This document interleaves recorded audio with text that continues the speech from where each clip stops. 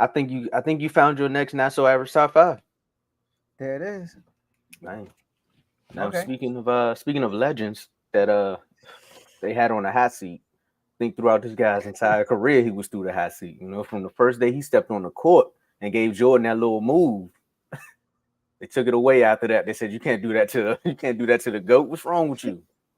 I know they Twice. call you I know they call you the answer, but we ain't asking you no questions. Don't do that. Don't do that.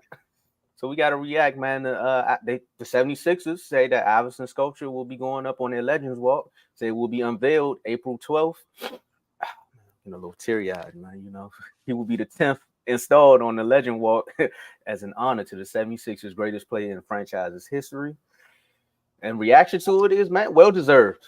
Well deserved, man. I can't say too much about it, man. I sat up in here, had a random debate, one of the top five moments in R2L. Actually, I had to go back, but let me do this first. I had to Sir. go back and watch that debate because I was like, man, I'm going off all raw fan emotion that I had to remember what Joe was asking me. And Joe, I say it again. If I didn't say it on air, you were right. I do believe that Steph could have took that 76 team to the finals. However, because of how Iverson was and the impact that he had on just the culture in general in the NBA, this is well deserved. You talking about 11-time All Star, 4-time NBA scoring champ, 3-time NBA steal leader, like, and he won an MVP. This guy here, man, he carried the torch a little bit over. He was the bridge between Jordan and Kobe. Because we always talk about who was the face of the league. When Jordan left, they always gave it directly to Kobe. But there was a bridge in between that. And Iverson was that bridge. Mm-hmm. The kids, that's all they wanted to do. He sparked a whole generation of what? And one came from Iverson. I wouldn't say it was just him, but the way he was playing in the league, it sparked that idea. Because you still got your Rod Strickland's and Hardaways who was doing the crossovers, but it just wasn't like when Iverson came in the league. You know, you have video games. The only guy to be on 2K covers. Like, come on, man.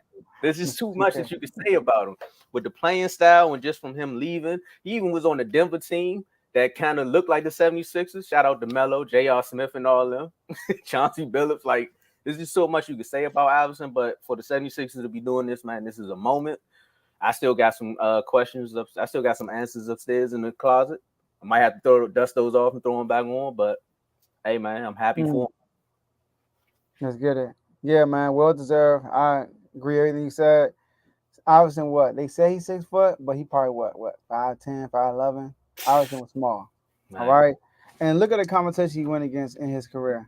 We're talking about Kobe, 6'6", T-Mac, 6'8", Vince Sanity, 6'6", 6'7", Ray Allen, Come six on now. six. Then the point guard is even bigger than him. J. Kidd bigger than him. Steve Francis, people forget about Steve Francis, was bigger than him. Tony Parker was bigger than him. I mean, the man, and he played in that era. And the man, first team All NBA, MVP, 3-time scoring champion. I mean, at his size, and then and then people and then the team he led to the finals. Now I'll give you this time. I was gonna tell you in the chat, but I'm gonna tell you now. Steph Curry, right? When he made his run, he didn't have nobody that challenged him at his level. And then Mm-hmm. when he had somebody to challenge him at his level, he didn't live up to it. And that was LeBron James in the 3-1 comeback.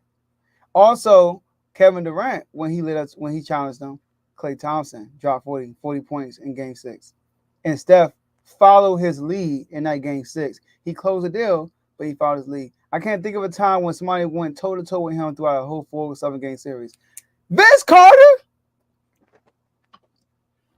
I mean, you get 50 points. You get 50 points. You get 50 points. And Iverson was the answer.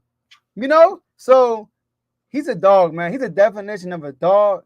He changed the culture of the NBA, right? Guys, he the reason why they got a dress code. Obviously, he shouldn't have done that because look how these dudes dressing right now, all right? You see NBA, I shouldn't have Actually, bring done. the dress code back. Yeah, all right. Yeah, Bring it back. bring it back. You right, man. Golly. But he paid the way. He gave guys like me and you hope that we could probably be in the NBA one day. Especially me. So Iverson was the man. I feel like he was everybody's favorite player. I don't think nobody disliked Allen Iverson. I don't even Yeah. nobody unless you was probably a Laker fan, you probably did, but Iverson was liked by everyone. So well deserved, man. Well deserved. Yeah, man, it's definitely a walking Hall of Famer, man. We can go on and just talk about how Iverson helped change the game. But again, shout out to the 76ers for doing that one. And I like the fact that Kobe got his statue first, and now the 76ers are following up because I think these kids need to see these legends a little bit more. And that might help them understand how the game is going. Because the way, yes, sir, Bubba Chuck. I was almost a 76ers fan. I promise you I was. And then he got traded. But now I'm stuck with the Wizards. I should have just went to Philly. He got traded. He ended up in Detroit. He should have became a Pistons fan. Nah, I think that's why I like Melo a little bit because when he went to Denver, I ain't had league pass back then, but Melo is also another one of my favorite players too. So actually, the kids today, if you want to know who you need to pattern your game after a little bit, I know y'all all watch Steph, but y'all might need to watch a little bit of Melo highlights too because he can shoot the three, give you the post up, get rebounds. Like, come on, man. But we Man, talking about. And you talking about mid-range assassin? Come Iverson, bro. on. Mid-range assassin. And one scared to go to the rim and actually. Come on, man. I ain't gonna say that. They say he said his ribs were like bruised almost every game. Like he wore all these pads and all this on his ribs. The man's a dog, man. Like the other day, he was doing an interview with Shaq, and he was talking about how he went to the lane and Shaq had fouled him, and Shaq was trying to crack a joke. You know, he's like, "You should have used Icy Hot," and Iverson was like, "Yeah, man, nah, you hurt me." And Shaq still trying to promote Icy Hot. I was like, I said he ain't get the joke, but then I thought about, I was like, no, Iverson had PTSD. Joke, he still hurt from that. He still hurt, facts. But yeah, man, and he didn't. Yeah, you could tell, man, was skinny. He sure didn't. But yeah. Sure didn't. Just went out there and hoop. He gave the 60. He gave the Lakers their only L, bro, in that playoff run. He stopped the undefeated playoff run. Practice. How can I make my teammates better by going to practice? You telling me I'm gonna make him shoot better because I'm in practice? Not the game. Yeah. Practice. See, that's one knock on Larry Brown. His ego management I don't think it was great. No. He's good with an underdog team, though. He's a polar opposite of Phil Jackson.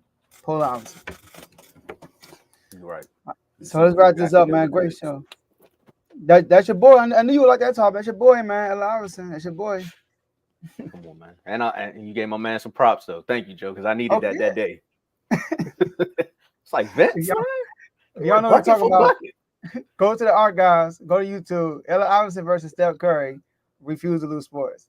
Tom had an iconic moment. I will give you the timestamp. I'll give you that tomorrow, okay? Matter of fact, Jordan, they need to watch the whole thing. Yeah, become a member and join the chat. All right. So, but great show, Tomo.